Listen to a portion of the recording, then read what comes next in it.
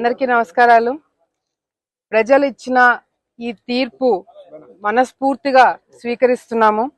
ఎందుకంటే ఇది కేవలం గెలిచినందుకే కాదు, 2019లో కూడా ప్రజలు ఇచ్చిన తీర్పుని గౌరవించి వాళ్ళ నిర్ణయాన్ని ఎందుకు ఈ విధంగా ఇచ్చారనేది ఆలోచించి దానికి తగినట్టుగానే ప్రజలు ఇచ్చిన ఆ తీర్పుని గుర్తుపెట్టుకొని 5 సంవత్సరాలు వాళ్ళకి అండగా ఉంటూనే ప్రజా పోరాటాలు చేస్తూ ఎన్ని సమస్యలు వచ్చినా ఎన్ని ఇబ్బందులు వచ్చినా పార్టీ కోసము ప్రజల కోసము మొత్తము ఆలగడ్డ తాలూకాలో ఉన్న కార్యకర్తలు కావచ్చు, కుటుంబ సభ్యులు మేము ముగ్గురం కావచ్చు, ప్రతి ఒక్కరం కూడా ఇది మా ఇబ్బంది, మా కష్టం, మా రాష్ట్రము మనం బాగుపడాలని ఒక ఆలోచనతో అందరం కూడా కష్టపడడం జరిగింది.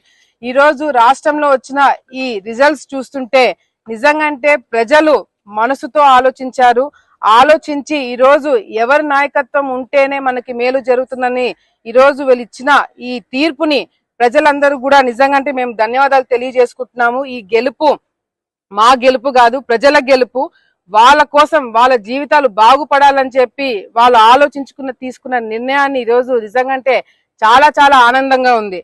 అంతేకాకుండా ఈ రోజు రాష్ట్రం వ్యాప్తం మొత్తం కూడా చూసుకుంటే తెలుగుదేశం పార్టీ, అదేవిధంగా జన సైనికులు, బీజేపీ పార్టీ ప్రతి చోట కూడా సమస్యలని ఎత్తి చూపెట్టి వైసీపీ నాయకులు చేసే అరాచకాలు, అక్రమాలు బయట పెడుతూ ప్రజలని ముందుకు తీసుకెళ్లే విధంగా కూడా ఈ రోజు 3 పార్టీలు కష్టపడ్డాయి. కాబట్టి ఈ రోజు ఈ విధంగా రిజల్ట్స్ రావడం జరిగింది.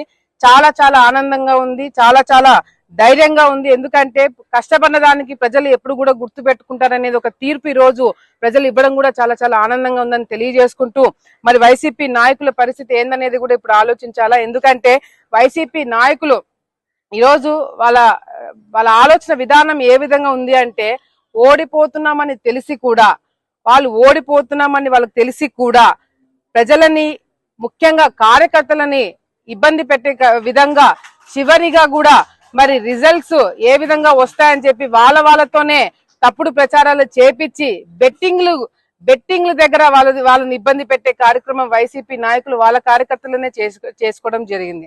నిజంగా ఇవన్నీ కూడా పక్కన పెడితే పవన్ కళ్యాణ్ గారు ఒక డైలాగ్ కొట్టారు ఒక సినిమాలో, ఏ దాంతో అయితే నువ్వు మొదలు పెడతావు దాంతోనే నువ్వు ఉంటావు అని చెప్పి. ఈ రోజు వైసీపీ నాయకులు దేంతో అయితే మొదలు పెట్టారో దాంతోనే వాళ్ళు మిగిలిపోయినారు. ఈ రోజు ప్రజలు ఇచ్చిన తీర్పుని వాళ్ళు ఏ విధంగా స్వీకరిస్తారు, ఏ విధంగా ఇంకా మబ్బి మాటలు చెప్తారనేది కూడా ఇప్పుడు వేచి చూడాలా. వాళ్ళు కూడా ఏం చెప్తారనేది కూడా. ఈ రోజు ప్రజలు ఇచ్చిన ఈ తీర్పుని గౌరవిస్తూ ప్రజా సమస్యల గురించి తప్పకుండా అసెంబ్లీలో పోరాటాలు చేస్తాము. ప్రజా సమస్యలు తీర్చడానికి అన్ని విధాలుగా కూడా మేము కష్టపడతామని చెప్పి సందర్భంగా తెలియజేసుకుంటూ, ముఖ్యంగా చంద్రబాబు నాయుడు గారికి, లోకేష్ అన్న గారికి, మాకు సపోర్ట్ చేసిన ప్రతి ఒక్కరికి పేరు పేరుని నేను ధన్యవాదాలు తెలియజేసుకుంటున్నాను. ఆలగడ్డ తాలూకాలో ఉన్న తెలుగుదేశం పార్టీ కార్యకర్తలు, జన సైనికులు, బీజేపీ పార్టీ ప్రతి ఒక్కరం కూడా ఈ రోజు ఈ తీర్పుని గౌరవించడమే కాకుండా, శోభా నాగిరెడ్డి గారు, భూమా నాగిరెడ్డి గారు చనిపోయిన తర్వాత నాతో పాటు కార్యకర్తలు అండగా ఉంటూ నన్ను ముందుకు నడిపిస్తున్న ప్రతి ఒక్క కార్యకర్తకి పేరు పేరు నేను ధన్యవాదాలు తెలియజేసుకుంటున్నాను.